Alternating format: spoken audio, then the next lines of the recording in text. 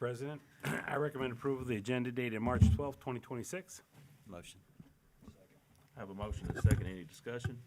All in favor say aye. Aye. All in favor. Mr. President, I recommend approval of the minutes dated February 6th, February 9, and February 19th, 2026. Motion. Second. Have a motion and a second. Any discussion? All in favor say aye. Aye. All in favor. We're on the district highlights. Sir, you want to start at District 1, or you want to start down there with Mr. Brooks? Yeah, I want to start with District 1 I thought tonight. you might. Yeah. Of course, we're going to recognize some people here in just a little bit, but our girls are state champions, so we're proud of that. Very excited about that. We got a lot of good things going on in Hazel Green.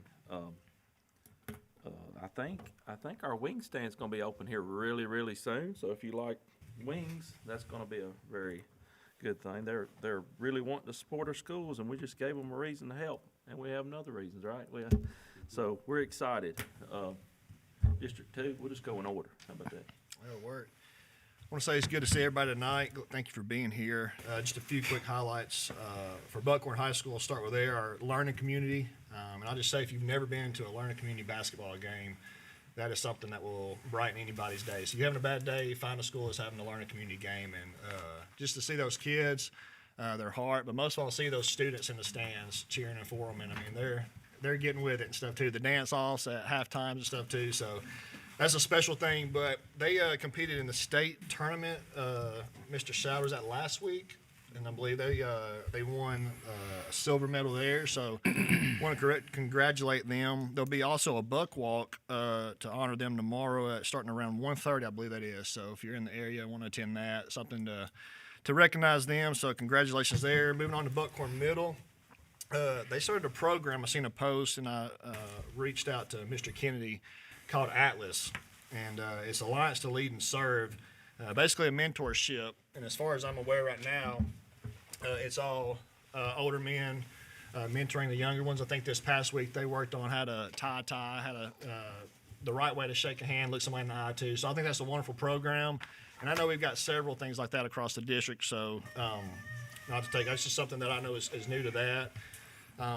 Also, I want to say a shout out to all of our SROs. Several of them I know from my district, and I'm sure there are some in the other ones. I don't have all the names, but Deputy Payne, Deputy Reeves, Deputy Johnson, Deputy Lane, and Deputy Reuter were all part of a 10-week course, of a DARE program course. So I want to congratulate them for going through that. And then the last thing there, I don't think nobody will kick me on the table for saying is, some of the incidents today, I want to give a big shout out to the administration there, Mr. Kennedy, Deputy Payne, for handling situations. Just an outstanding job there. And Mr. Kennedy wanted me to specifically say from him that his staff made him look good, that they handled it well. He may not have been in the building when it happened. I'm not for sure with other meetings, but he wanted me to make sure that they were recognized at his staff. So I just want to thank not just those at my school, but those across the district. I want to say thank you to Dr. Minsky and his team that does this safety thing for years and years, and it's a hassle to sometimes you as parents, and to some of them's the waiting and the holding up, I know, until something like this happens, and you really see that's what it was. So Dr. Minsky, I want to say thank you to you and your team, Mr. Kubik, for, and the board at the time. I wasn't on when they pushed that too, so I just want to say the safety of our kids is a high priority. But moving on real quick, sorry, my phone locked up here. We got Mount Carmel and Riverton Elementary. They'll be joining, I think it's the first part of May, but I want to go ahead and recognize them. The first through third grade choirs will be performing the national anthem at the Trash Pandas game. So that'll be an exciting thing for the kids there. And then last of all, but not least, Riverton Elementary has received a $5,500 grant from the Madison County Soil and Water Conservation District for their outdoor classroom. It's been in the works. They're getting really close to putting the finishing touches on it. We've got some spotting scopes and some stuff going for the kids there. So it's going to be a real unique and wonderful addition out there. And I think there'll be a ceremony, something around the 1st of April for that too. So I want to reach out or recognize them for all the hard work there. So that's it. Thank you. District 3? I don't have quite as long, but that's a lot of good stuff. But I will echo what he said about our SROs and our team here, Dr. Minsky and everybody that helps put that together.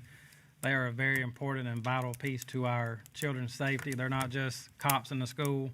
They're mentors. They go and read with the kids. They see when kids have bad days, they go talk to them. So there's somebody there to help pick up kids. And they're there to protect your kid at all costs if they need to. But I will say I had to give a shout out to New Hope High School because they are they just received the award or the recognition of being the only high school in Madison County or in a high school in Alabama that is a model PLC. So they just got that achievement this week. So proud of them for that. I got to give a shout out to Madison County high school boys baseball. They've been number 1 in 4A the past 2 weeks. So they're doing some really good things over there, and we got a lot of good stuff there. And I also want to tell Mr. Hunter Smith, congratulations and thank you for not being here a year yet, but getting us through our budget, getting us through our auditors. That's a fun and an exciting thing. Every dollar that goes through this system has to be accounted for and has to be to a T, and every penny. And we had 0 findings, and that was your first year ever doing that, so just appreciate that, sir. And I'll just pass it on. I appreciate y'all. Yeah, I just want to say welcome, everybody, all of our special guests, student athletes. Thank you for being here tonight. I do want to take a moment just to showcase our new intermediate school in our district, Sparkman Intermediate. The board and a lot of the district leadership and some of our elected members in the legislature took a tour last week and got it was really neat to see. And, it's made so much progress over the last few months, and we're extremely excited to be able to move into that for this upcoming school year. So I appreciate Mr. Kazort and Dr. Minsky, everybody that's had a helping hand in this project. It's really looking great. So, and other than that, we've got Sparkman High School here tonight for recognition, so I'll bypass them and wait in just a few minutes. And Mr. Byrd? I think District 5's highlights, the same highlight for the rest of the school system. Start spring break on Monday. and I want every parent, every coach, every student, everybody to take a week off for the final quarter stretch. And we got several things going on in Monrovia. We had Read Across America, and I wore a tie in honor of that. We've done it all through our elementary schools. We had successful soccer, boys and girls soccer, softball, baseball going on at both the high school and the middle school. And this is a busy time of year. So our seniors are getting ready to put all this dot all the I's and cross the T's so that they can graduate on time. But more than anything, I wish everybody who goes on spring break, I wish you my prayer for your safety. I wish you my prayer for your ability to regenerate the energy through that final 9 weeks. Amen. Just for some clarification for those that don't know, the new school that Mr. Jones is speaking of is our new Sparkman Intermediate School. It's north of 53. It's going to serve Sparkman Middle School, Madison Crossroads, and the Tony areas. So what it does is this new school is going to take the fourth and fifth grade out of Madison Crossroads and Harvest Elementary School, so it's going to give them room to grow because they're growing out there. And it's going to take the 6th grade out of Sparkman Middle School. We're going to put those 3 grades into Sparkman Intermediate School, so it's going to give Sparkman Middle School some room to grow. It's an area of the Monrovia side, the western side of our county, that is kind of untapped still, which is north of 53, and it's what's expected to grow next. So just to give you a little idea about that, that's what's happening out there. Beautiful school, and we'll have that open for this next school year. It's going to happen. Our principal there is Rico Williams. He was an assistant principal at Sparkman Middle School, and so he's leading that school there. So we're real excited about the future out there. Also, Dare was mentioned. Just kind of give you an idea, we're getting back into the DARE program with our Madison County Sheriff's Office Department. And so we're going to start, I believe, Dr. Miskey, we talked about kindergarten's going to have kind of a warm-up this semester. And then next year, they're going to start it off in 5th grade. So next year, we'll be looking at DARE in the 5th grade for starting next year. Just to kind of wrap up some of those things that you might have heard about tonight. With that, I think that takes care of district highlights. So you ready to get on to the important stuff? Well, yeah. The real important stuff? Yeah. This is all the people that are here to hear this stuff. We are recognizing our student athletes tonight. We are recognizing our National Board Certified teachers. And we're also recognizing a very special recognition for one of our central office staff members as well. So let's start the evening off with Dr. Curry. Is she going to handle our National Board Certified teachers? Dr. Curry? Thank you so much. Well, this is an exciting evening, that's for sure. All our wonderful athletes and all the people that are being recognized tonight, and for teachers. I get to be the one to recognize our National Board teachers. I'm privileged to get to work with that program, and I'm privileged to get to help and support our National Board Certified teachers. In our system, and it's just a joy when they get their certification. I am so proud. It's a joy for me, and it's a joy for them too, because it's a very prestigious award. National Board Certification is one of the most rigorous certifications that a certified teacher who's certified in her subject area, their first subject area, can receive as they go along in their career. It takes somewhere from 1 to 3 years to get the certification done. Some can do it in 1 year, some can do it in 2, and they have up to 3 years. It also takes at least 200 to 400 additional hours of work in addition to their regular teaching, all the teaching things that they have to do as well, planning, preparing, all that kind of thing, the extracurricular things too. So it is quite an award, and I am very pleased to be here tonight to recognize these. Research has shown that a teacher who gets her National Board Certification, because of the rigor of it, because of the reflection piece of it, become better teachers. I did that myself, and I felt like it was the best professional development I ever did for myself. And I only thought I was a good teacher until I went through my National Board Certification, and then I realized how much more that I had to learn and how much more that I could do to be even a better teacher. So these people have gone through it. I do want to say, I'm going to brag a little bit on the state of Alabama. In the state of Alabama, and I'm going to look just to make sure I get my numbers right here. The state of Alabama is 5th in the nation. 5th in the nation for having the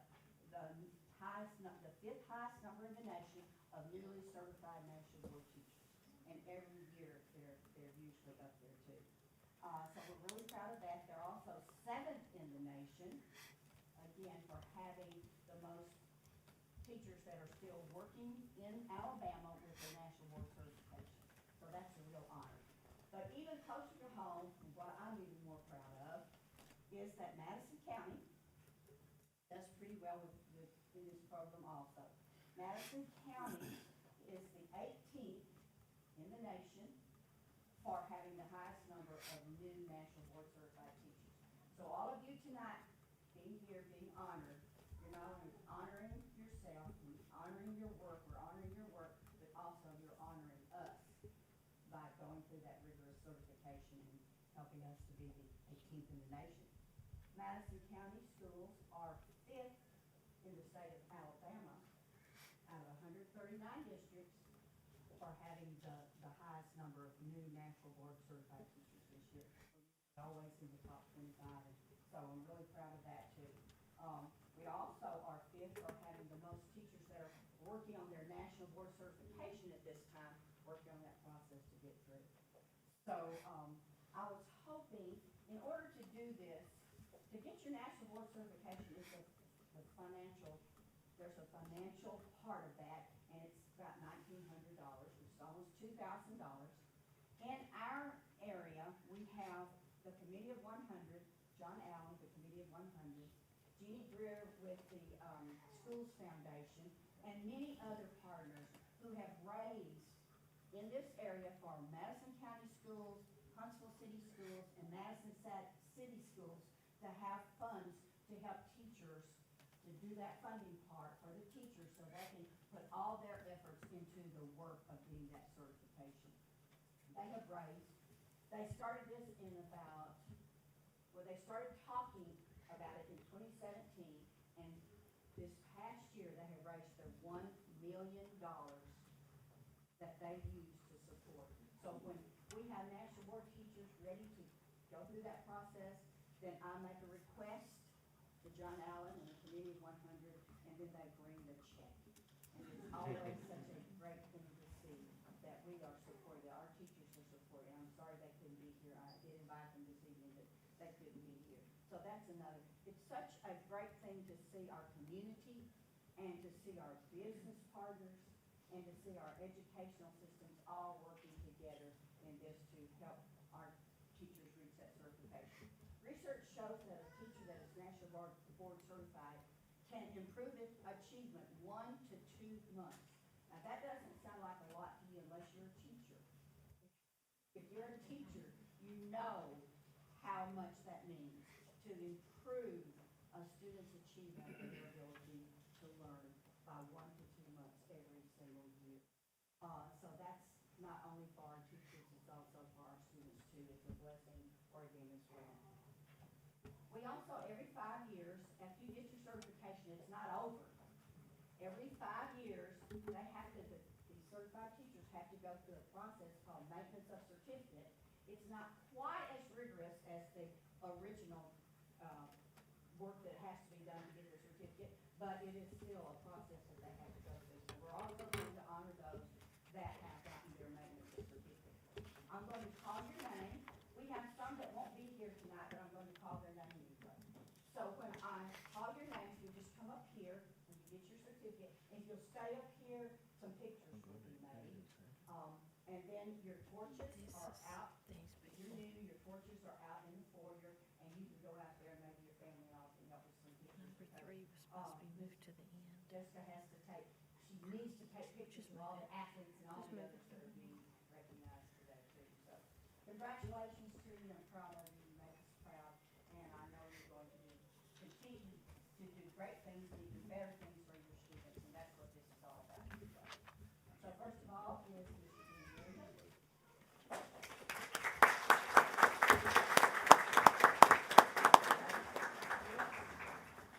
Ricky Barnett.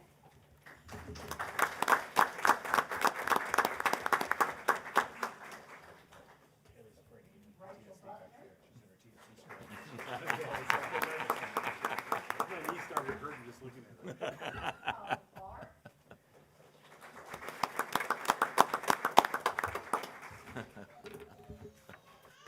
Lindsay Myers Holden.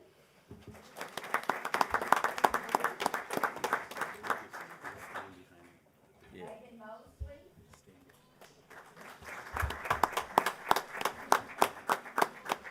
So this sweet little baby was born during the process. It was 2 years that she worked on hers, and the first year she started working, we got the baby husband. Didn't participate too, but I don't think he Bless him. Maybe you can come back up here. It doesn't bother us. Or it doesn't bother us. No. Oh, really? I think that's why we're here. That's right. Coach teacher, and she went through the process for 2 years, and the first year, the other little was born, and then this past year, Charlie was born. So they're part of the process here.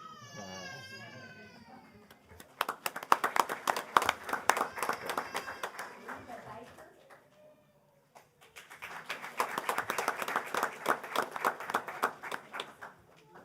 Katrina Childers.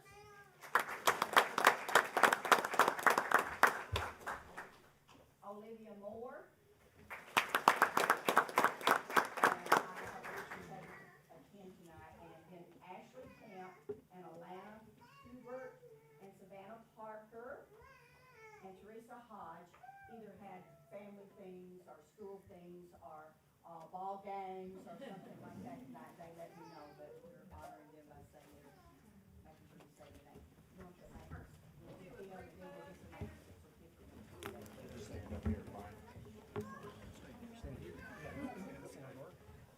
Oh, good, you're going to hold it.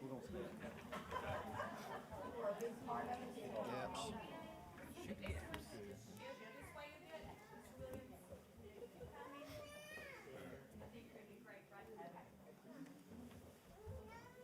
Are we close? Are we doing okay? Are we left over right or right over left? Oh, no, I will say, Mr. Brooks, would you mind taking a step in towards Mr. Jones? Perfect. All right, looking right here, little one. Ready? 1, 2, 3. One more.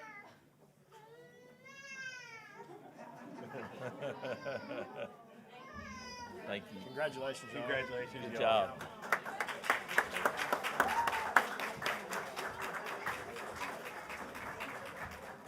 Did we do it? I didn't.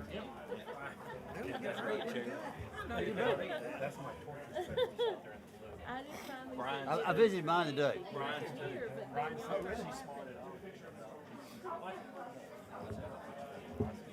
Uh-oh.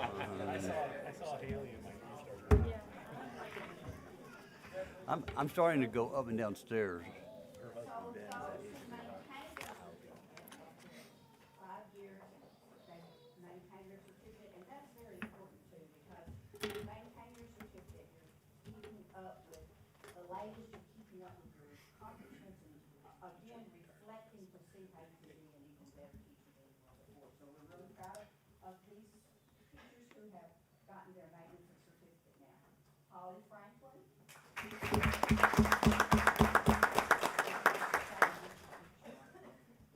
Danielle Hutchinson.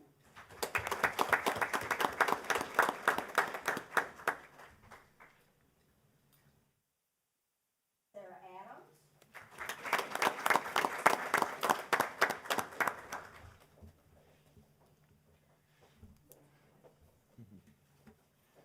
And then we had 2 others also who are not here tonight for various reasons, family and other reasons, but Nancy Lancaster and Tasha Douglas.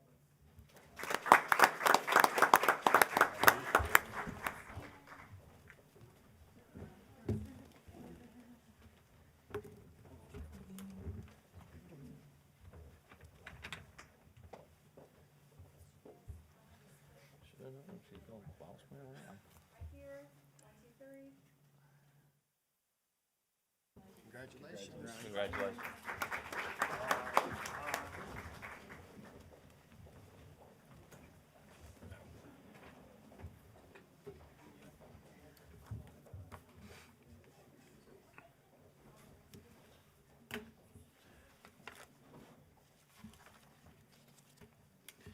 For those of you that don't know, in the hallway, you see the torches as you enter into the central office and the boardroom.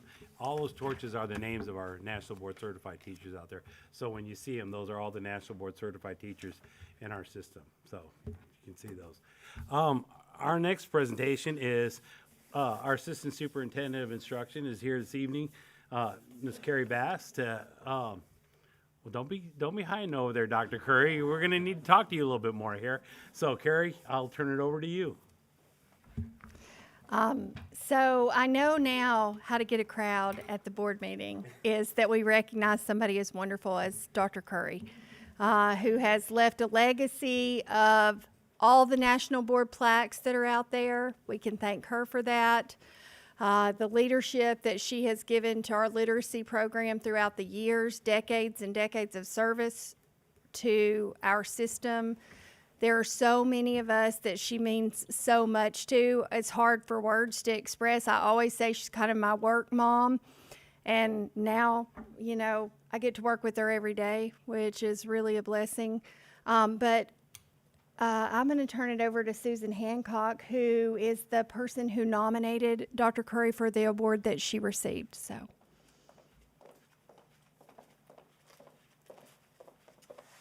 Thank you. Good afternoon, everyone. I'm here to recognize Dr. Nancy Curry, the Madison County School System School Improvement Specialist. She was recently awarded the Outstanding Lifetime Curriculum Leader Award winner for 2026, and this award was presented by the Alabama Association of Supervision and Curriculum Development. So Dr. Nancy has, I think she needs to come up here and say it. Dr. Nancy has 50-plus years of experience in education and a true lifetime commitment to excellence.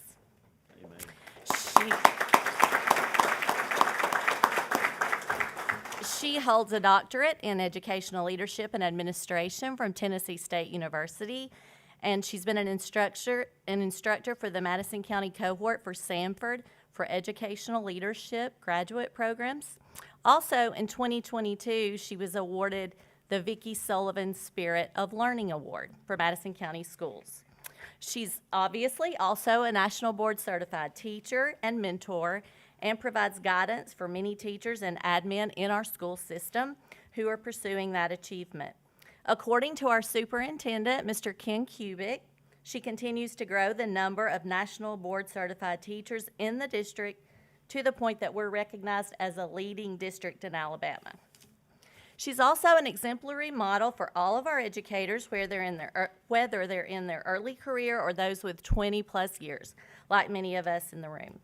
Her devotion and genuine love for students and passion for reading instruction has not faded with time. And most importantly, she's an advocate and champion for the students of Madison County. She sets the highest expectations for our school system's reading programs, and she takes her expectations and expertise all the way to the individual classrooms, where currently she's still helping a self-contained special education teacher coordinate volunteers to help them with real-world experiences. Some of her colleagues have had the following to say about her. She's been an impactful mentor to me professionally and personally for many years and many people in our school system. We are better because of her. There's no bigger champion for students than Dr. Curry. She doesn't lead from a distance, she goes into the classrooms.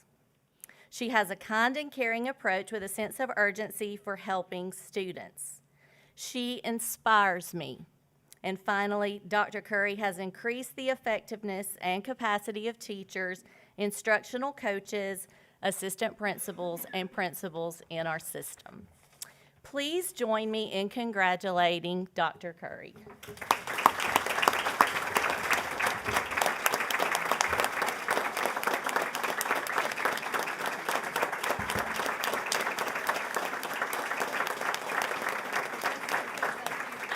We need to go around for that one.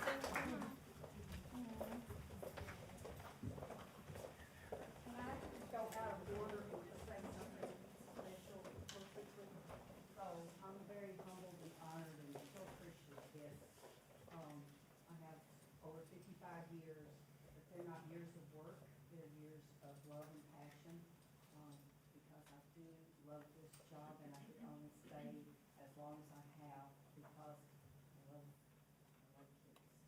And I love teachers and I love the work that we do here. But I also have a very special someone who came this evening to honor me. And this is Miss Sammy Jean Davis. She is 102 years old. She's my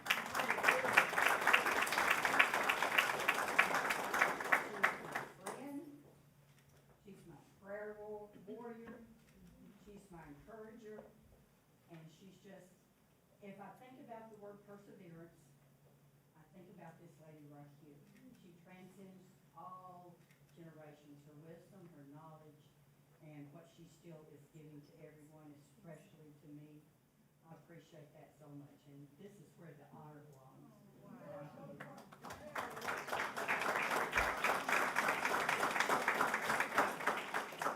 But she came out to be with us tonight, and it makes me so proud and happy. I want to say thank you to her.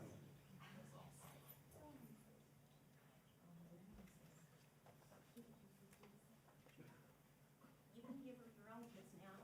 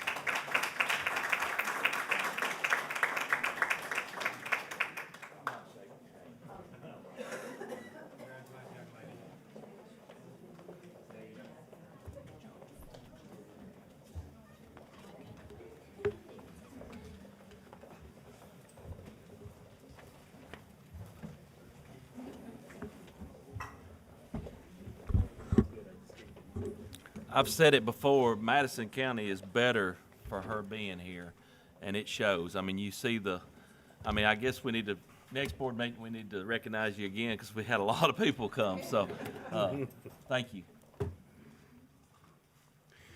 All right, Mr. President, Board, we're ready to get on to the next part, which is our student athletes. And so our athletic director, Matt Rogers, is here. So, Matt, we're going to let you take it away from here. It's going to be a tough act to follow. Dr. Curry's going to sneak out of here, but she's a really special lady. I've got to work with her over the last 4 years, and I'm just an athletic director they let sit in a closet back here on the back hall, and she makes me feel valued, and she makes all the teachers, the administrators, everybody in this district feel valued. So she's a special lady.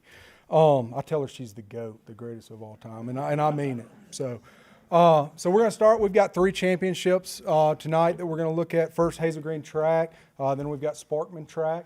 They seem to be perennial visitors for us. I get to see them almost every winter and every spring, it seems like.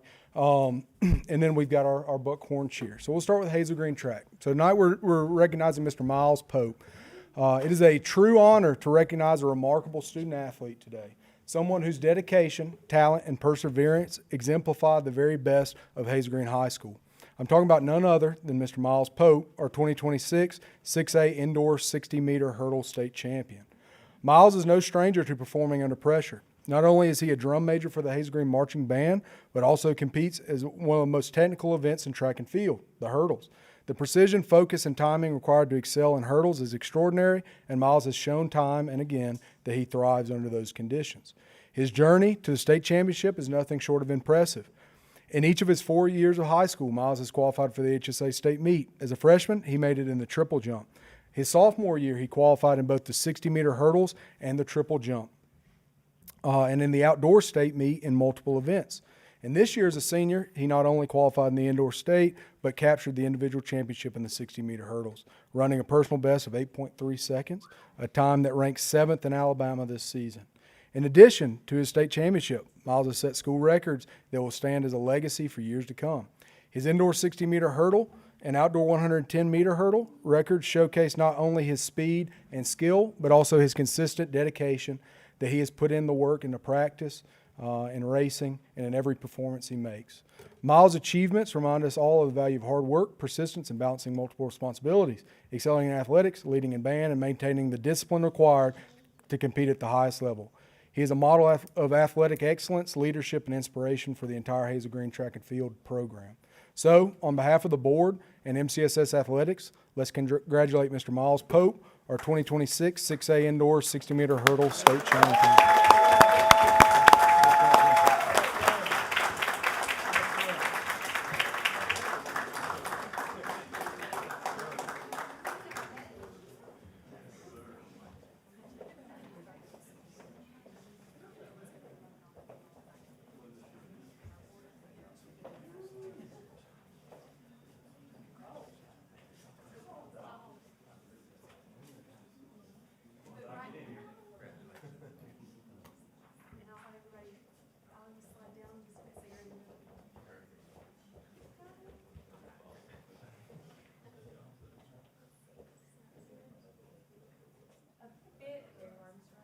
Right here.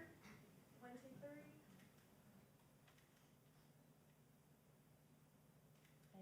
That's my baby.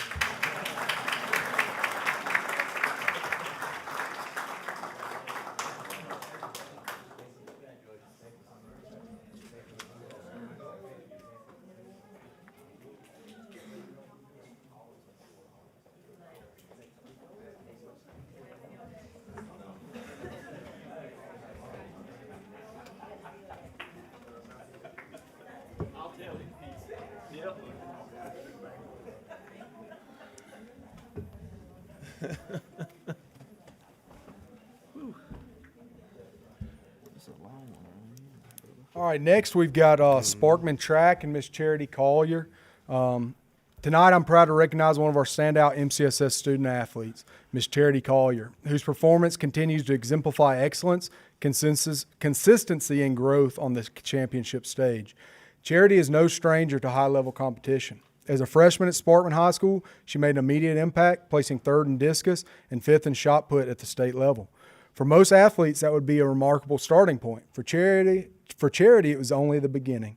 Her sophomore year, she marked a significant breakthrough. In 2024, she placed second in shot put at the indoor state meet. She then carried the momentum into the outdoor season, capturing the state championship in shot put and finishing as runner-up in discus. That year alone demonstrated not just her talent, but the ability to perform under pressure when it matters the most.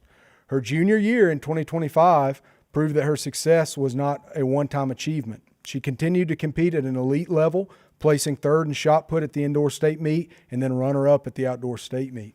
Most notably, she claimed the outdoor state championship in discus, further solidifying her reputation as one of the premier throwers in the state. Coming off the championship performance in discus, Charity entered her senior year with two clear goals: to win the state championship in shot put and to break her own school record. Setting ambitious goals is one thing, but delivering on them is another. I'm pleased to report that Charity achieved one of those two goals in impressive fashion. At the 2026 Indoor State Championship, she captured the state title in shot put with a throw of 36 feet, 11 inches.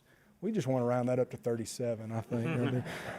While she narrowly missed breaking her own school record, her performance once again demonstrated resilience, focus, and the ability to rise to the occasion on the biggest stage. Her progression over 4 years tells us a powerful story, from podium finisher as a freshman to multi-time state champion as an upperclassman. That kind of sustained excellence speaks not only to her work ethic and determination, but also to the strength of Sparkman's coaching staff and the athletic culture there. As we celebrate the most recent state championship, we also recognize the broader impact of her journey. She has set high expectations, inspired teammates, and reinforced Sparkman's commitment to developing student athletes who succeed both individually and collectively. Please join me in congratulating Charity Collier on yet another state championship performance and in celebrating the continued excellence of Sparkman track and field. Go Senators. And I want to add, I believe Charity, has she signed or just committed? She's now committed to UAH, so staying locally. So congratulations.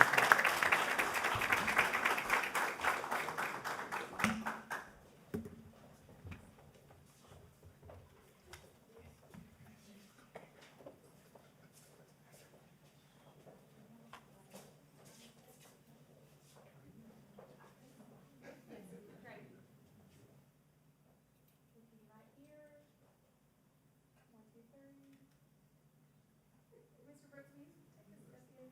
There you are. 1, 2, 3. That's perfect. Thank you. Congratulations.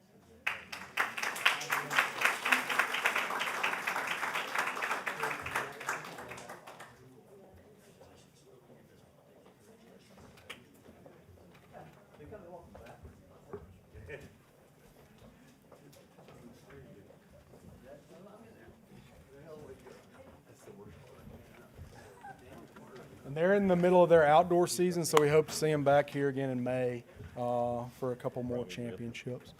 And last but not least, we've got our Buckhorn cheerleaders back here in the back. They're the ones in the white jackets, if you can't tell. I was wondering. It is an honor to stand before you tonight and recognize this group of student athletes who continue to redefine excellence in our school system, the Buckhorn Varsity Competition Cheer Team. The 2025-2026 season was not simply successful, it was historic. From the beginning of the year, this team competed with purpose. At regional events, they demonstrated consistency and depth, earning top finishes in both game day and traditional divisions. At the HSA Super Regionals, they earned a first place finish in game day and advanced to the state championships. At the HSA 6A State Championship against the very best teams in Alabama, Buckhorn claimed the state title in game day and finished state runner-up in traditional. That victory marked the program's 6th 6A state championship in game day and their 4th consecutive state title. That level of sustained success does not happen by chance. It is built on leadership, accountability, and a culture that expects excellence. But this team did not stop at that state level. They took the same standard to the national stage. At UCA Nationals, competing against elite programs from across the country, Buckhorn delivered a championship performance, earning first place in game day, third place in traditional. With that victory, they secured the program's 4th national championship in game day in recent years, including 3 consecutive national titles. That is more than a win, that is a legacy in progress. Behind these titles are countless hours of training, early mornings, late nights, academic responsibilities, and a deep commitment to representing their school and community with pride.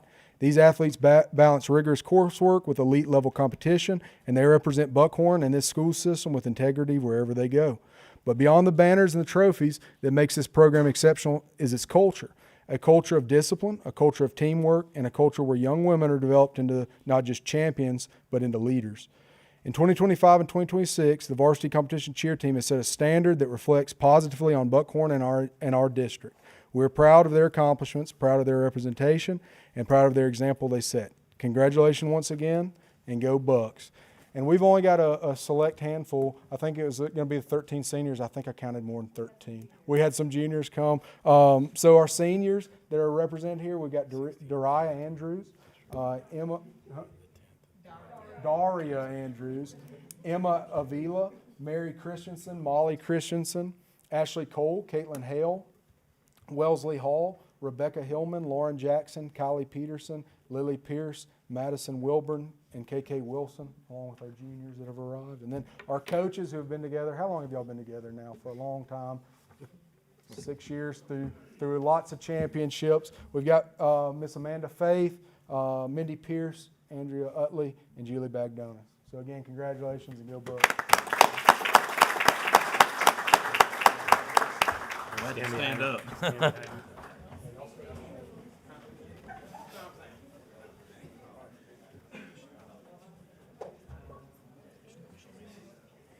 Yeah, we're gonna have to. There's a bunch of them.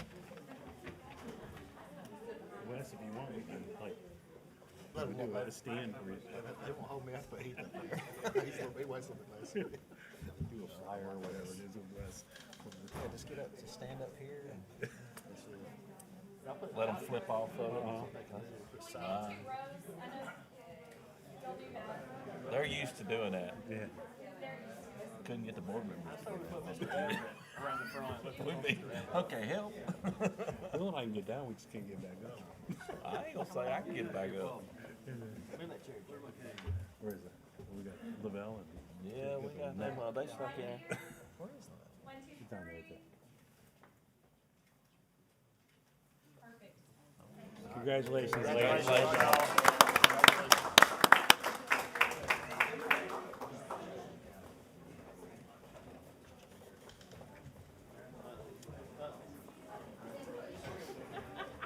like the way we do that and the state championships we do. Team we do the resolutions. Do what? Say We that do this like this and then we do the resolutions for like the team championships. Yeah. You know. Yeah. When do we want to talk about this? We do it at the end. At the end. Yeah. Mr. Smith. Finance Department update and on exit conference with the Alabama Department of Education.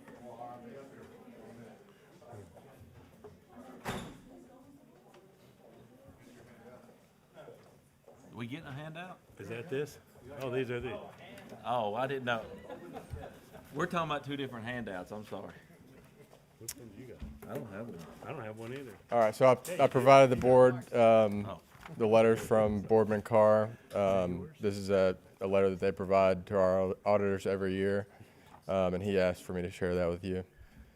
And please reach out if you have any questions. Thank you. It's exciting to know that we hired somebody new and they did a good job, so we made the right decision.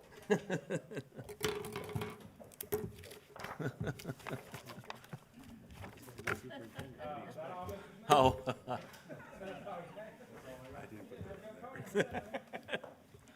Well, y'all made.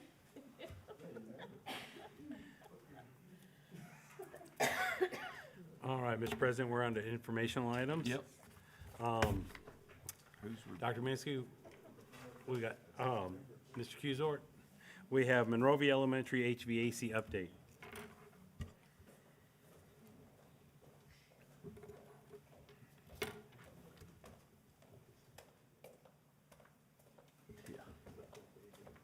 First, congratulations to Hunter and your team. That's a excellent start. So good afternoon, board.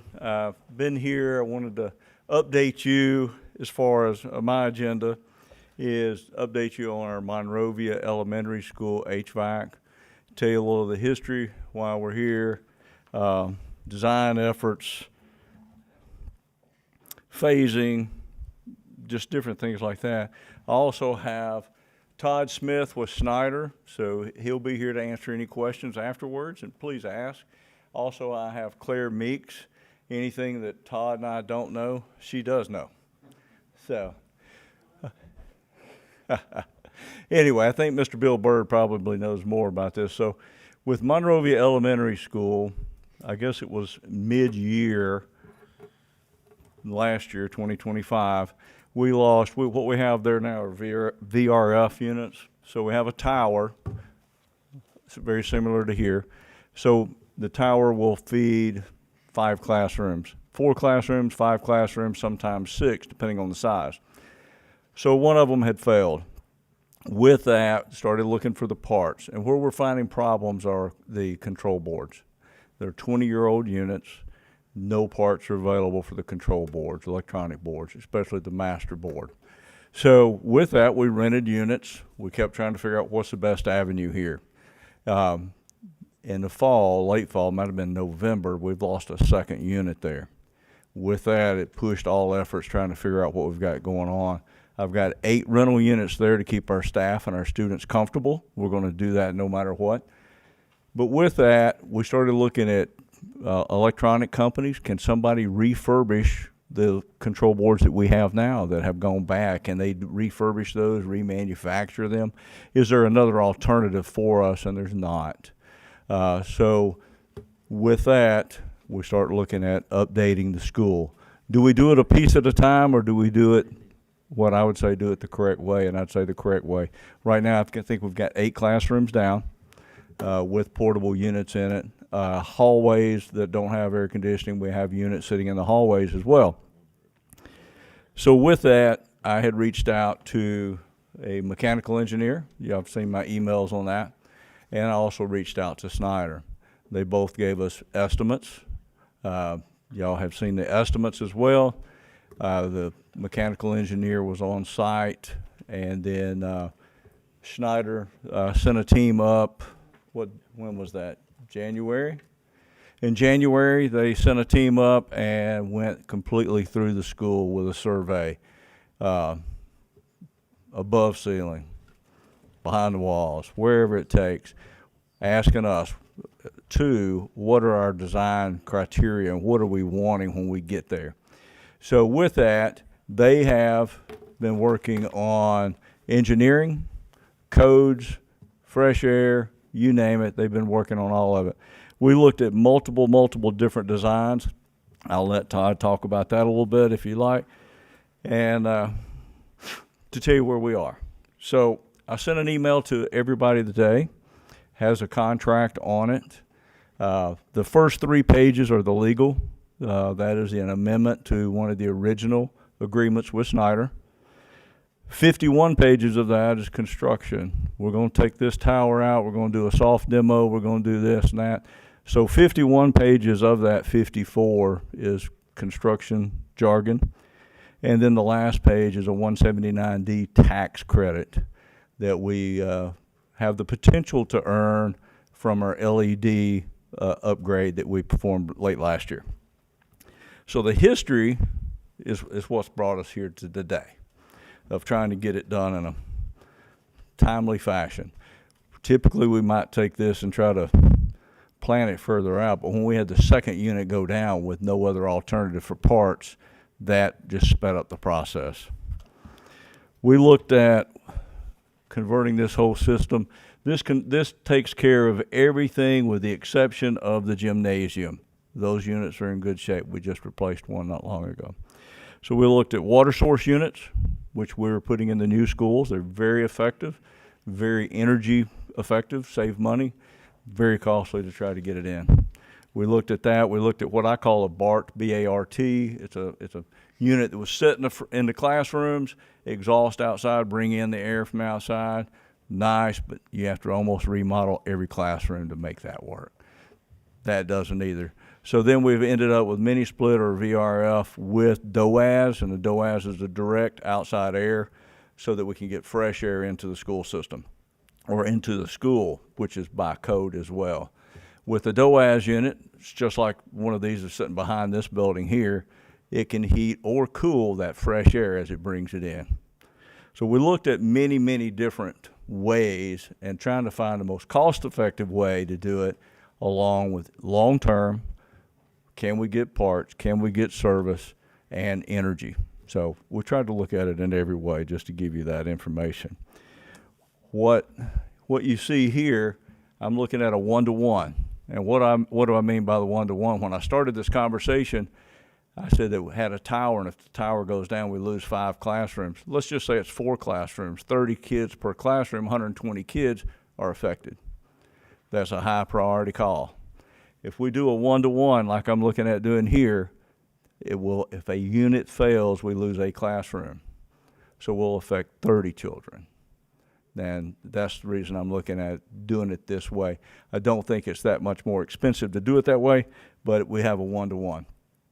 I think with that, it creates us a lot of flexibility and a lot less issues when we have a problem at a school.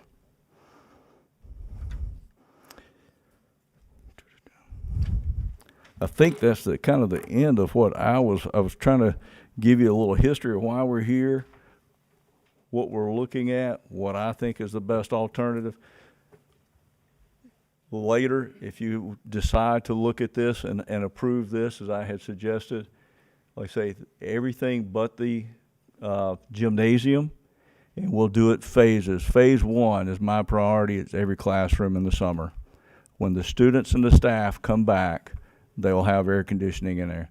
It's a little warm in August in Alabama. I'd like to start with the classrooms. And then from there, we'll go from there. Offices would be last priority. We got to do cafeteria. We're actually looking at updating the media center as well. So that will take care of this school for a long time. As a second, I guess, a gym in it, we have 2 other schools that have these units, but not as many as Monrovia Elementary.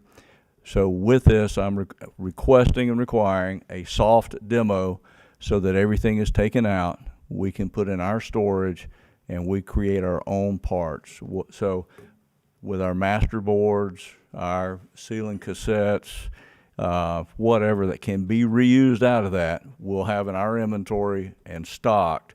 So if we have a problem, then we have our own stock of parts for a number of years. So that's a second benefit of it. I'll open it to questions. I know there were a few today, but I'll open it to questions, you know, to ask you, you know, or ask me anything you might like.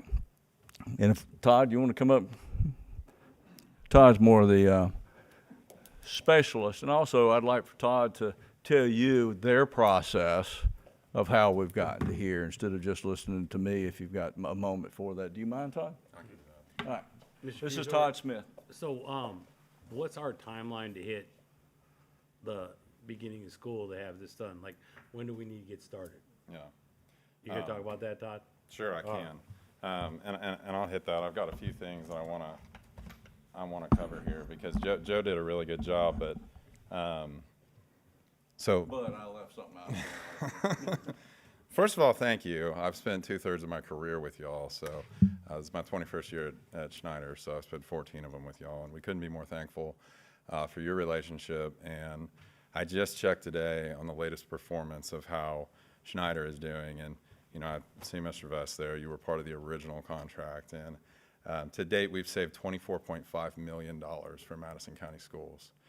That's on a guarantee of $19.5 million, so that means we've delivered $5 million back to the school system above and beyond what our commitments are.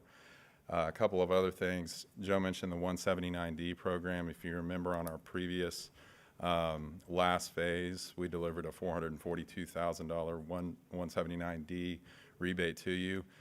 Just to remind you a little bit about that, most contractors out there take those 179D dollars to their bottom line. Schneider's made the decision and the commitment over the last couple of years to pledge those dollars back to school systems. It's a huge risk on our end. We have to keep our books open for 3 years, and it's pretty time intensive and cost intensive for us, but it's something that we felt like doing. y'all on this phase. We had originally estimated somewhere between $400,000 and $600,000 for another 179D rebate based on the lighting work you just did. We've had that certified with a third-party auditing firm, and it came back at $580,000, which was at the very top end estimate of that. So anything that you decide on this school, if you work with Schneider, of course, that will be pledged to you, essentially $600,000 off of the project cost. The other thing I wanted to mention is that this qualifies for a TVA rebate. I just finished speaking today to the Coleman County Schools board. They meet at 3:30, so it was perfect. I could make it up here. We talked about the Cold Springs High School that we just did with this exact same, exact same HVAC type system, and we were able to secure a TVA rebate there, roughly 10 grand. We could probably do something like this here at Foreman Rovia. So all those things being said, I did want to highlight, the great things that we've done for the school system and us being able to pledge those dollars back. This is kind of like the last fight that I was able to do. The $600,000 was supposed to expire at the end of last year. All of our other school systems, if they didn't move forward by the end of the last year, it expired. It went away. For y'all, I said we can't do that. We promised Joe the money. Y'all been too good a client, so we've pulled that forward in anticipation of being able to do this program. When we were approached, we looked at, Joe mentioned the water source heat pump system. Very difficult to run water piping through a school. Extremely difficult to do it during the summer. Is it efficient? Yes, but there's other efficient options. We looked at the existing VRF system. Can we do that? Can we just refurbish it? Problem is y'all have energy recovery wheels in there right now that aren't functional. So that means the fresh air is having a hard time getting into the buildings. So to be able to do that VRF system, you have to implement, you either have to activate those or create the dedicated outside air system with the DOAS. So we decided if we're going to do that, why not give Joe the individual control per classroom so each teacher can bump up and down her comfort and go with a mini split system. And that's been very popular. We just finished Locust Fork High School, Cold Springs High School, and in Florence 3, we did a pre-K over in South Carolina. Now, when we were approached with this, of course, we brought our engineers out. We gave it, before we brought our engineers out, we gave it an initial estimate, and then we came out on site to try and figure out exactly what we're dealing with. Here you've got a few issues. So when you transition HVAC systems, you're going to have to transition electrical systems. So with this, you're going to have 7 new sub-panels running fresh service to all of these. So you can know electrically, as the school, you're going to have good infrastructure. And again, when we looked at the interior units that we were originally going to do, y'all probably familiar with them. They look like refrigerators. They're pretty loud, number one, but those classrooms have a lot of decorations and specializations within them. In order to put those in, you would be demoing a lot of the teachers' hard work and time. Additionally, there's kind of like a ribbon border around the outside of the school, and having to punch holes through the brick and align with that ribbon. Some of the classrooms had shorter ceilings, and so you would end up with a look of the vents kind of off on each other. We looked at that because we did 4 schools for Lee County Schools over this last summer, and that was a popular solution. Here, it just didn't seem like a good fit. So that's why we ended up with this. Like I said, it's been a monumental effort from our team. We are going to be reutilizing as much ductwork as we possibly can. But since a lot of those ERV systems have been shut down, we're going to have to go back and clean all of that ductwork to make sure that everything is essentially brand new. The other fun fact with that school, maybe y'all remember, maybe you don't, but that's the school that had the flat roof and then you put a standing seam metal roof over the top of it. It makes access in between those 2 spaces pretty difficult. So that's something else that you don't often see is one roof on top of another. So, but I mention all that just because it's an honor to work for y'all, and we absolutely can bring this to you. We have a very tight timeline. We have to go for DCM approval. We have to order the actual units. You can't just go and pick those up from Home Depot. That takes build time. The DOAS units are complicated. We have to get those on order. But like Joe said, the classrooms, key priority. The lunchroom, media center, those things next. And then we would move to the office spaces. And I guess last and final, you know, you would receive, of course, all of our construction management. We would handle it all on site. It would not be a headache for Joe. And as usual with our contracts, it's fixed price, meaning no change orders. We've never issued a change order to Madison County Schools, and we don't plan to in the future. That's just how we do business. And so, all that being said, did I cover the process, everything that you were looking for, Mr. Byrd? Is there anything? Interesting thing is, based on this new design, not only will we have all of our classrooms cooler, we'll have a greater transfer of fresh air into the school, which will reduce the growth of mold and make it a healthier environment for our students to learn. Yep. And, I'm sorry. no, you're good. The old fresh air units, we have these scattered out throughout the county, but they don't condition that air. So they bring in straight outside air. 100 degrees outside, it pumps in 100 degrees inside. Talking about the humidity you just mentioned? Right. Yes, sir. Or, 20 degrees outside, and it's pumping. You're walking down the hall, and then you get in the warm spot again. So because it creates so much humidity and different things, you find most of those units we do not have running, or several that we don't have running for those instances, or especially in the very hottest of the days or the months and the very coldest of the months. It's very hard to regulate that building with that type of a fresh air intake, so, yeah. It's a step forward in both situations. Absolutely, it really is. And the biggest thing I wanted to do tonight was bring it to you, give you some history, talk about it, and answer any questions that you may have on this. Why do we want to do this? Why are we considering Snyder? That's my purposes here. I think it's something that we need to do. We need to do it to get the comfort of for our students and staff. Is there an option? There's an option. If you decide not to, we'll keep renting units. I talked to Mr. Hunter earlier, and we can rent units, keep classrooms cool and warm until we do something else. But for that and just the upgrade, and plus today's pricing versus next year's pricing, the 179D or without. But open to questions, absolutely. I've got a couple just for my sake. I mean, like I said, we talked a little bit earlier on the residential, but like on the commercial, it's a different ball game. When y'all come out, like in January, I think the first group you said come out, what kind of time frame does like the design phase for your engineers and y'all's group to go through and do that? How long does that typically take for a project like this? Project like this, usual time frame would be about 3 or 4 months. In this, we kind of doubled up teams. We had electrical, mechanical, automation, structural. We had all of the assessment teams out in the condensed time frame just because we knew that if you needed to get it done during the summer, which you absolutely do because it's intrusive, that we had to meet this timeline. So that's why it was condensed. But good question.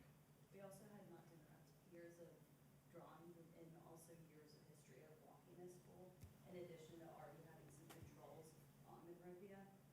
You can't identify the VRF system on this, but I just wanted to add that as well. We certainly had a good amount of data for sure.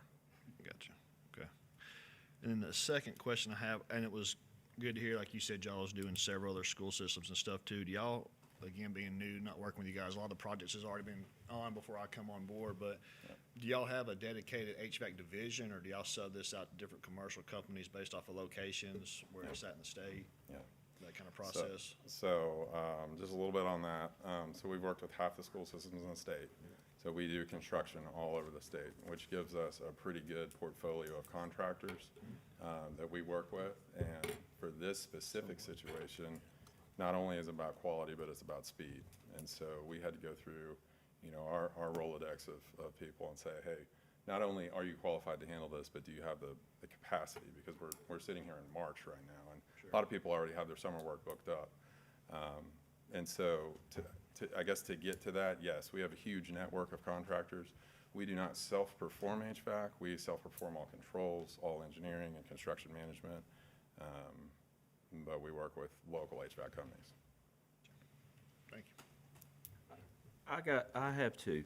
How many schools are on this one-to-one that we have? That we have right now?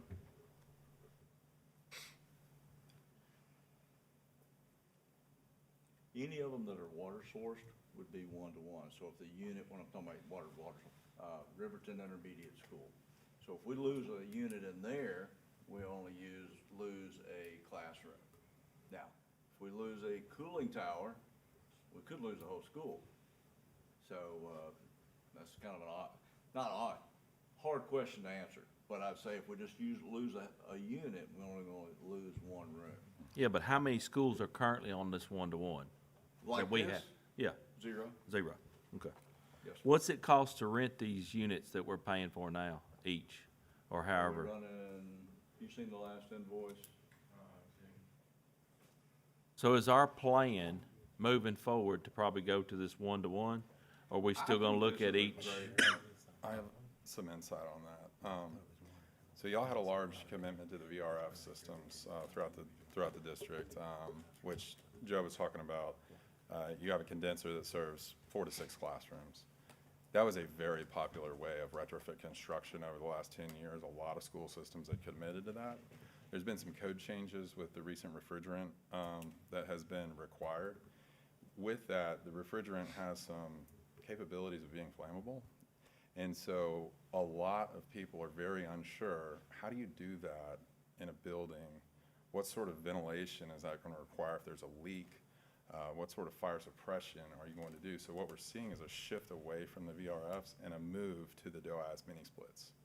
Because you still get the benefit of the DOAS of pre-treating that outside air, but the mini splits are actually more cost effective and just as efficient as the VRF system. So people are moving to it. Like I said, I mentioned we just finished Locust Fork High School, just finished Cold Springs High School, so just right down the road here. We've got a few others that are in design, and that one in South Carolina that I just mentioned. And that's just like in my immediate network of what we're doing. Nationwide, it's on a mass adoption rate. I would agree with that. Right now with the VRF systems like that, it seems to be nobody's really sure how that is going to be in the future, and not even the Department of Construction Management. Paul Gray, our inspector here, he asks questions all the time. What are we gonna do here? How's that gonna work? Nobody's done it yet, because of the possibility of the flammable freon in those. Yep. So I can wrap my head around this. DOAS is what we're calling it. Yeah, direct outside air source. Is this going to be like the unit hangs out off the wall and it's got a head in the classroom? Is that what this is, or no? I'm looking at like I've got a spare bedroom, got a unit outside. Is a head like on the wall? You can understand, here's one DOAS unit, and actually, we've gone DOAS here for the direct outside air, and it'll be ducted in. So, right here. That's one. Okay. Off the back. I didn't know if it was in the ceiling or if it was like the heads that go on the wall that's mounted to the wall. The rest of it, that's the DOAS, that's just for fresh air, Mr. Brooks. Okay. Now, what we're doing for the outside unit that sits outside, right here in this courtyard, to keep everything looking nice, I've requested, I want these hanging on the wall. We hang a lot of these on exterior walls. We can keep anything off the ground off of them. If anybody's weed eating, mulch, it stays out of it, keeps them clean, it keeps them running. And if you do have to work on it, my technician can walk right up to it and work on it. They don't have to get on their knees. So I've requested these in here. They're wall mounted, but they're on the back of the school so that we can keep the front of the school looking very, very nice. And they'll all be wall mounted. And then it'll have that in the center of the room in the same area that the old one was at. So it'll have one of these per classroom, Yes. and those are. And it'll be sized for that classroom. Okay, that's what I was wanting to know, if it was gonna be standard size, or we're gonna have a classroom that might be bigger that stays cooler, It's stays size, not warmer. capacity. Okay. Yeah. Sometimes there's larger classrooms that may even require 2. It Right. just And depends there, on- those, because I know we have how many ever in here, so Yep. one will be sufficient for a classroom? This will all be tested and balanced as Okay. well through the engineering. And so where's front of it? Right here, there we go. The front staff just moved here. We built You the got it. wall. Okay. And so we're incorporating that, so they will have air, and right there where they check in and out, air here. units here in the hallways they didn't have air in the hallways, so we're adding 2 heads for that area too. That was my next question. Complex. This is what we have, and how can we make it even better? Because, we wanna make sure we've got a unit here where everybody's coming in to the back door or wherever to try to help, condition that space for outside and inside. That was my next question. Once we covered the classrooms and lunchroom and all that, we will have something in hallways too, because you don't want to. Yep. So it's going to be spaced out. I know y'all know what y'all do, and I don't. I'm saying, Right, but yeah. it's spaced out and everything. It is, and I'll also tell you something that's unique here at this school. You did your cafeteria and your kitchen with VRF, which is that's very unique. Typically, a kitchen is handled by a rooftop system or some sort of individualized system. Having shared spaces with cooking and eating and different things, that was unique. So this addresses all of that as well in that cafeteria and kitchen. I would like to know that cost sometime. Oh, yeah, we're talking about that. I'm thinking for the first 5 I had out there, they were running in the $3,500 per month, for rental units. Each or No, total? for the group. So if I had to just guess, and I can verify that for you, but, we may be close to $5,000 a month right now, if we're renting 8 units. Yeah, and I would say there are times where we have to bring in temporary cooling to a school. Per month, I would say it's probably $20,000 to $30,000 for a school if you're gonna rent a whole system to cool that school. Now, what you're doing right now, you may only be spending $5,000 because you're only doing 8 rooms. But if you start to lose more of these units, then that rental cost goes up significantly.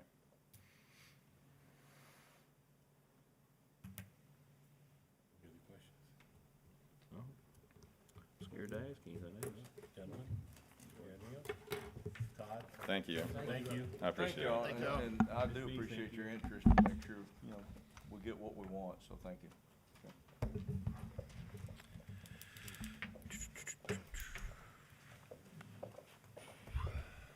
Bring our athletic director back up for some academic work.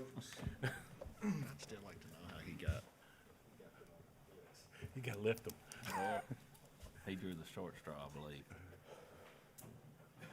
Or maybe he is the short straw. All right, so I'm back, this time to talk about textbooks. So this year, the adoption for the state of Alabama is for social studies and arts education. We've been in kind of a holding period for a long time now. The state was supposed to adopt their approved list in November. They punted to December, then January, then February. This morning, during their work session, they approved a list, and we'll talk a little bit more about that later. But we've been in a holding pattern. This is really important. I'm a former social studies teacher. We got social studies textbooks my second year teaching in 2013. So the textbooks that are out there in the hands of our students and our teachers, they're going on 13 years old.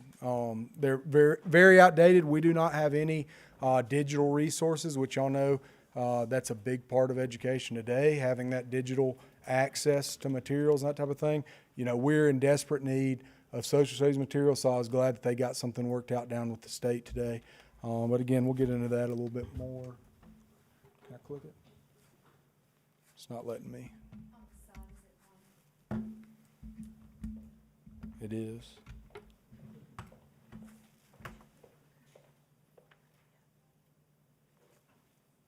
All right, so again, just to review, our committee that y'all approved back in September, October, I believe we had 41 members. It's 28 teacher representatives from each of our schools in our district, 6 community stakeholders. These are parents, one from each of our 5 districts or feeder patterns. And then we had 7 district representatives, our instructional department from English language learners, and then we had a board member. Mr. Wes Jones stepped up this year, after Mr. Brooks set a high bar last year, okay? So that was our committee, okay? Our timeline, kind of what we looked at in October, November, we got approved. We did our orientation, oath of office. There's state law that goes over what we can and can't do as far as textbooks are concerned. Made sure everybody understood that. We started receiving sample materials into our buildings. Again, we didn't have an approved list at that time.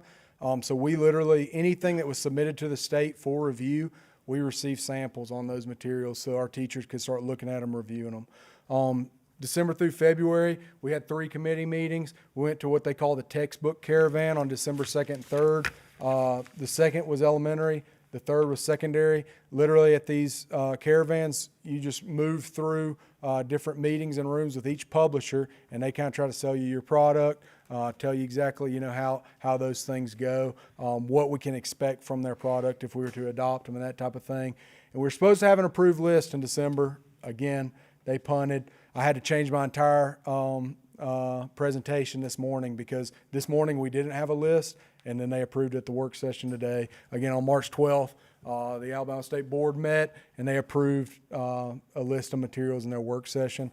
Ms. Bash just shared with me the scores. I can talk a little bit more about that later. I'd rather wait to see those and look over those scores a little bit more, but we've now got the scores. I will say that they weren't currently listing the scores whenever I did this. Ms. Bass got information before I did. But our committee's top choices, they all passed. So any of the choices our committee has chosen, they all received. The state requires a score of 75 or higher by the state textbook committee in order to be approved by the state for use.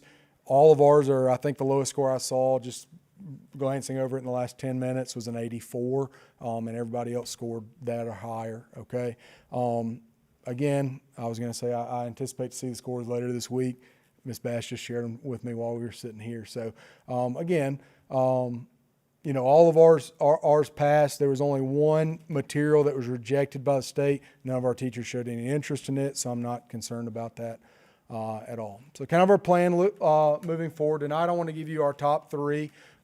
Again, things have changed a little bit. Originally, I was going to say, hey, here are our top 3s, and we're going to go process of elimination. If I didn't have a state list, I was going to say, okay, hey, here's our 1, 2, and 3. If 1 is approved, I want to go with this one. If it's not approved, then here's our 2 and our 3. And I was going to ask y'all to make a decision that way. We don't have to even worry about that anymore because we've got an approved list from the state. But again, I want to give you all our top 3 choices at each grade band tonight. And then I want to recommend the local committee's top choice for approval and purchase by Madison County Board of Education at our April 3rd meeting. Again, top choices for each grade band for social studies. What we generally do, now for social studies, again, I would want to purchase at all grade levels except for K2, which we'll talk a little bit more about that in just a minute. Because again, that's going to be something that's in the hands of every student in our district, okay, from 3rd grade up. Arts education, generally with like our elective courses, with things like career tech, we do not purchase. We adopt, but we do not purchase those materials except for when funds come available or when we see a need. So I would want to adopt all arts education materials, but we wouldn't be purchasing those materials. We would just be adopting them so that if teachers saw a need, we could refer back to that list and say, hey, we can choose from this list on materials to purchase kind of moving forward. All arts education materials passed. There were none that failed on that, okay? So our top 3, again, this is committee feedback. This is from our 28 teachers that were on the committee. I know these are small, but I wanted to give you the top 3. In K5, we had a pretty clear winner at 75%. A publisher called Analytic Orange came in as the winner there, okay? Analytic Orange is I've never worked with them before. They're a newer publisher. They're out of Florida. They've had a lot of success down there. Our teachers really took to that. What our teachers liked most about it was a lot of these programs, they try to take the materials they already have and try to kind of bend them and shape them to fit Alabama's standards. Analytic Orange built their program from the ground up to fit Alabama standards. So this wasn't like a kind of a umbrella program that, you know, they made fit the Alabama standards. It was built to fit the Alabama standards. So again, our teachers really liked it. In second place, Gallipade got 50% of the vote for second choice. And then we had 2 tied down here, Gallipade and Savas at 31.3%. So I think we've got Analytic Orange clearly in the front, Gallipade in second, and I would say Savas in third because they tied in that third, but Gallipade got 50% in the second spot. So again, that's the feedback from elementary. Now, and Ms. Bass might be able to speak to this a little bit more. We polled our principals to ask their teachers how they felt at K2 on what we would be using. K2 with the reading and math initiatives, their main focus is reading and math, and they get very little time to do science or social studies. Again, do you want to speak to this, Ms. Bass? Yes, so, when I was in the state curriculum and instruction meeting, there were districts that were discussing adopting for K2, but not purchasing.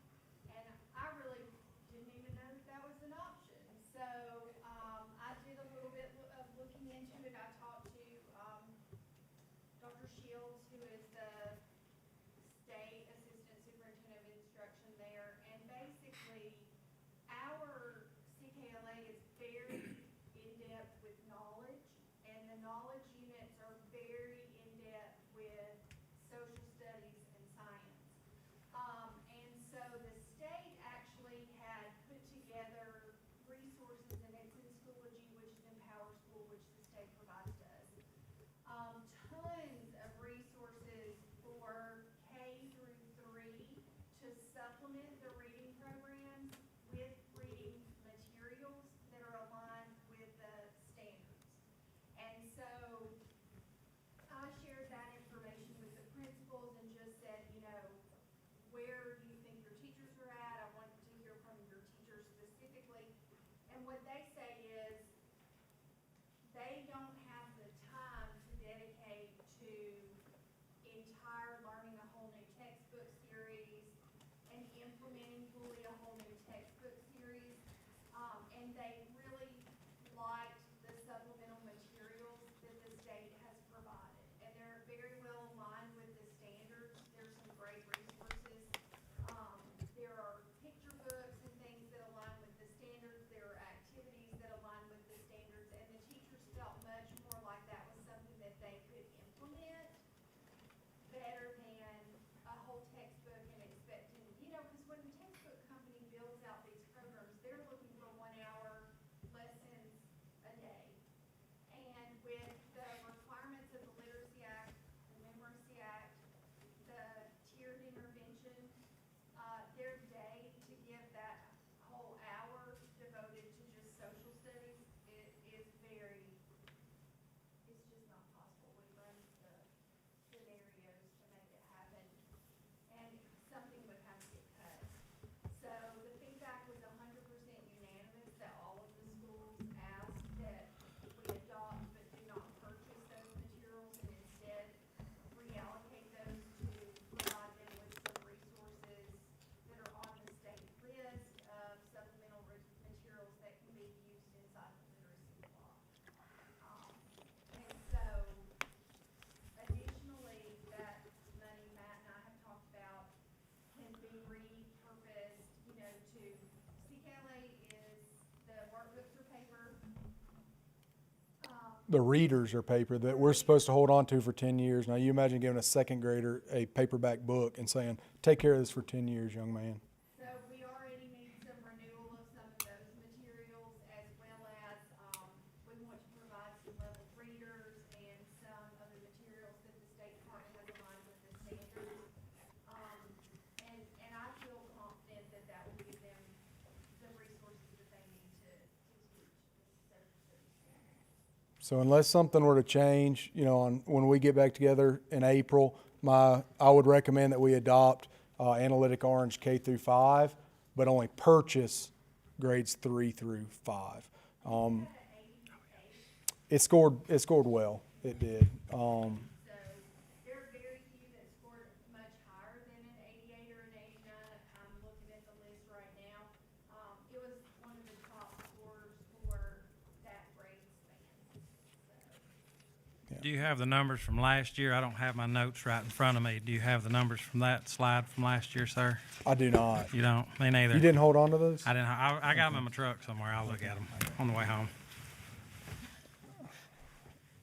So that's K5, elementary. So for middle grades, and again, we're going to adopt at grade bands. We're not going to have, you know, 6th grade using one material, 7th grade using another, 8th grade using another. We're basically limiting it to K5, 6, 8, and then 9 through 12. Again, pretty unanimous when it comes to middle school. They felt most comfortable with McGraw-Hill at 63.6%. HMH came in at 63.6% at their second choice, and then Savas was at 82% roughly for their third choice. So again, pretty unanimous there. Again, you know, on April 3rd, I would suggest that we adopt for grades 6 through 8 the McGraw-Hill materials. And again, in middle school, social studies becomes a lot more in depth, and we would adopt 6, 8, and every kid in the district would have their hands on this in grades 6 through 8. Okay.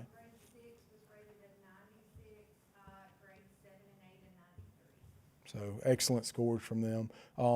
And something to kind of keep in mind, those scores come from the state textbook committee, okay? Something for y'all to kind of keep in mind, keep in your back pocket is the way I always think about it. Again, when we don't have a list from the state, it's really difficult to approve anything. I didn't know that we were going to get to the finish line and actually get to approve and purchase and put materials in people's hands.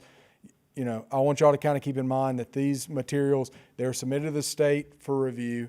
The state textbook committee reviewed them, looked over them, scored them, and we can see those scores.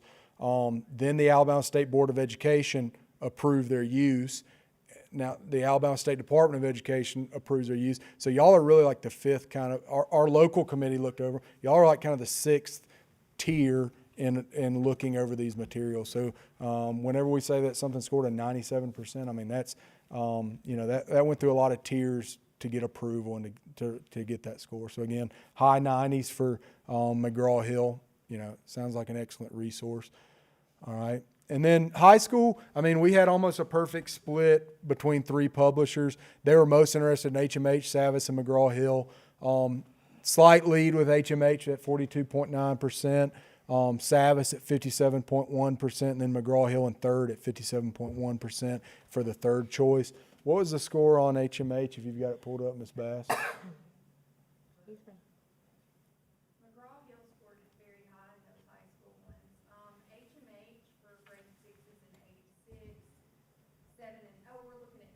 HMH, yes, ma'am. 93 and 92, very good. So A scores on that. So again, my recommendation would be to approve HMH for use at the high school level at our April meeting. So that's kind of the information, the data there. Again, I had to change my entire presentation this morning when they approved the list. That's all I've got. Are there any questions? Has anybody got things that they would like to know? I know me and Mr. Brooks have talked a lot outside of this room about these things, so. I appreciate what you do, sir. Anything? Perfect. Thank you. I'm going to interject something real quick. I would like the board, and we can talk about this at the end, but I'd like for us to consider moving the board meeting from April the 3rd, the work session, excuse me, to the 10th. And then we would move the board meeting from the 16th, it's the 16th, right, to the 23rd. Do y'all have an issue with that? Pushing it a week, pushing everything back a week. Pushing everything a week. April 10th. Friday, April 10th. It's Friday, for the that'd work be the session. work session. And the 23rd for the regular. And we probably won't do a work session in May because of graduation and all that, so we would lose that one. And 23rd would be at Monroe. Yeah, and 23rd would be at Monroe. Are you all good with that? Thank y'all. Well, that was easy. Okay. Next one. Is Whitney Daly here? What about Dawn Atwood? Not coming. Okay. Well, I'm gonna read off something real quick, and then we'll get you. Your comments will be limited to 3 minutes. In the event that you wish to address the board on this issue involving, well, in the event, anyway, in the event you wish to address the board on general reputation and character, professional conduct, conditions, I'm sorry, I messed this all up.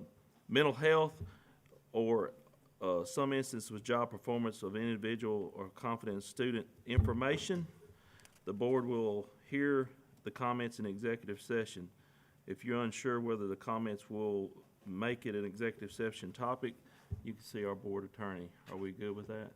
She will time you, and Based on her stated reason for addressing the board, she should be. She should be fine. Okay. There, and also there would just be, we're gonna listen, and so that we'll. I think someone told me earlier. Okay. Whenever you're ready, if you tell us you're ready, she'll start your time and. Okay, I'm ready. Good evening, board members. Thank you for having me tonight. My name is Whitney Daly, and I am a parent and a community member in this district. I'm here on behalf of my son regarding school zoning and residency requirements. My son was withdrawn from Spartan High School for over a month due to residency issues, and during the time he has missed valuable educational opportunities. As a single mom working multiple jobs, trying to make ends meet, I already carry a great deal of responsibility and stress. And I know families in this community are facing similar challenges while trying to provide stability and opportunity for their children. I understand the residency policies is for an important reason. They help to ensure the resources, fundings, and opportunities provided for our school districts are available to students who live in the area and support the community. Our schools are largely funded throughout local taxes and community investments, and it's reasonable that residency requirements exist to protect fairness and maintain in the district. However, I do believe the compassion, clarity, and fairness are just as important as the policy are enforced. Many families today face complicated living situations. Temporary living with family members experience house instability and transition that can make residency documentations difficult. When the policies are enforced without flexibility and understanding, it can unintentionally create additional stress to me and my son and emotional hardship on a student. They already deal with a lot of circumstances anyhow. Education should be education should be a stabilization force in a child's life, and not just because uncertain paperwork or temporary living situations. So I'm here to respectfully ask the board to please allow my son back into the school so that way he can continue his education without any further interruptions, because at the end of the day, we all share the same goals, which is to make sure our students have access, stable support, and high quality education. Thank you for this evening.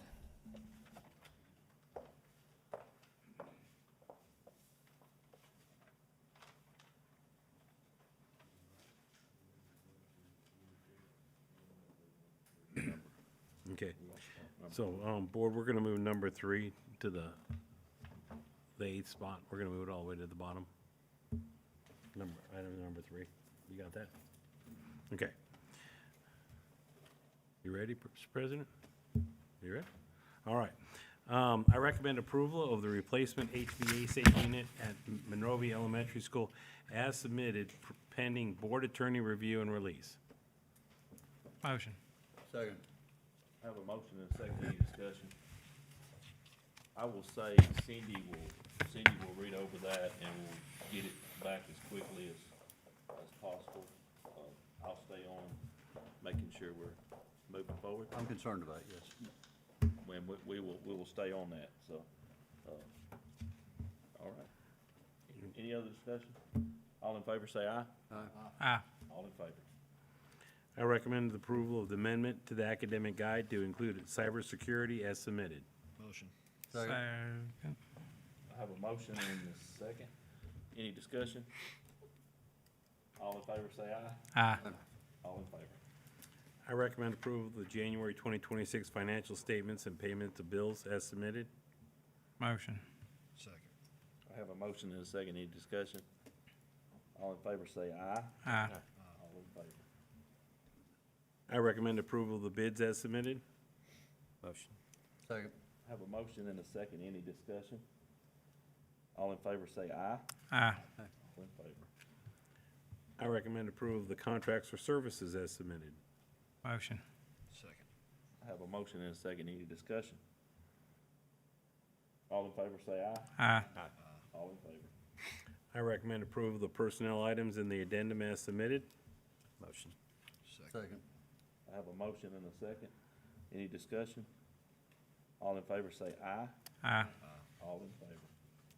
I recommend approval of the supplemental contract as submitted. Motion. Second. I have a motion and a second. Any discussion? All in favor say aye. Aye. All in favor.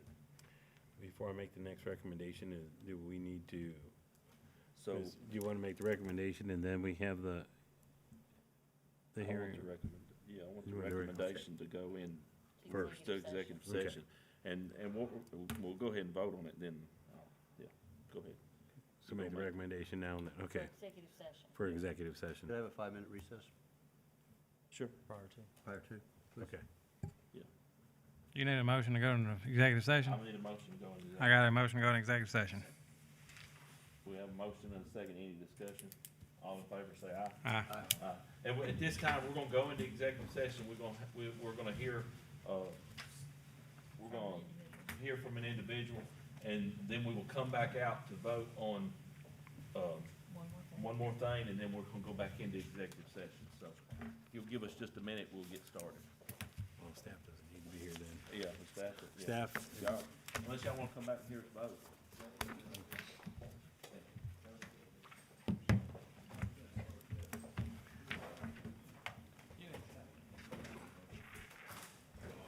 I need to see Mr. Rogers, please. We call this big problem at textbook committee. Because I was asking a lot of questions, he didn't want to answer. you want to keep them inside? I think I went to what, one meeting? You didn't need me. Yeah, you didn't need me there. I have about 5 different things to come up with. Wes is bored. Wes is bored. I'm like, That's what I thought. So the 90 days. look, if you, I cried down here. I cried down here. So we're good. I probably want to see some of the stuff I wrote in the old. I cried down here, and it was the day that I stepped down. And I've not been the same. There's a hole. I'm sorry, see, Gene. Brooks says, I was about to bust out right. Somebody who only got I had